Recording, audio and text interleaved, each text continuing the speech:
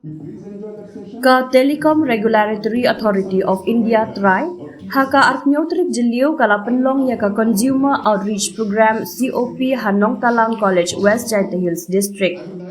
Ka jingtmu jong ka ni ka program ka long ban penpau pai ba syapang ki kam jong ka TRAI ban penne ya ka jingbit jingbiang jong ki nong thiet bat ban penbha ya ka jingdon kam jong ki mobile network ha ki jaka balong shabat.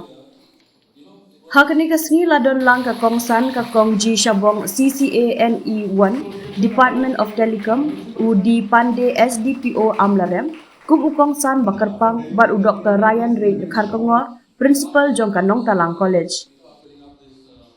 U Dr. RR Kharkongor haka jingkren ulaya ro e ka jingtre jong ka TRAI ban Pynlong ya ka ni ka program ban penpau pajba na ka bentaki pajba jong ka Nongtalang.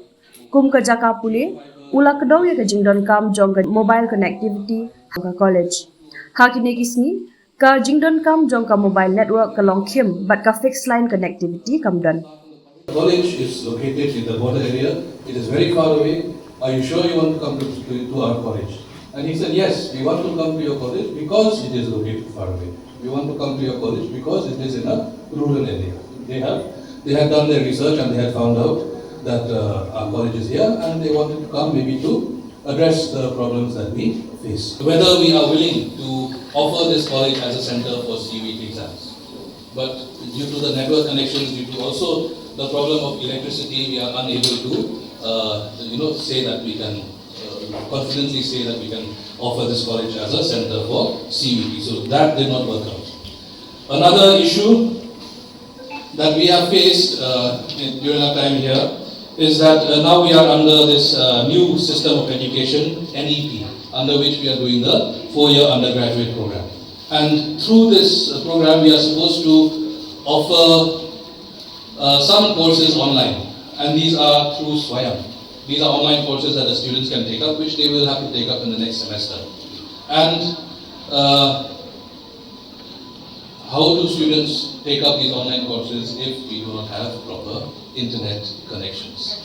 Okay, so I thought I would just bring up these small issues, not small issues, the serious issues that we are facing, since it is a program organized by the TRAI, and hopefully that I hope that these issues can be taken up and resolved for the benefit of the college and also for the benefit of the community as well.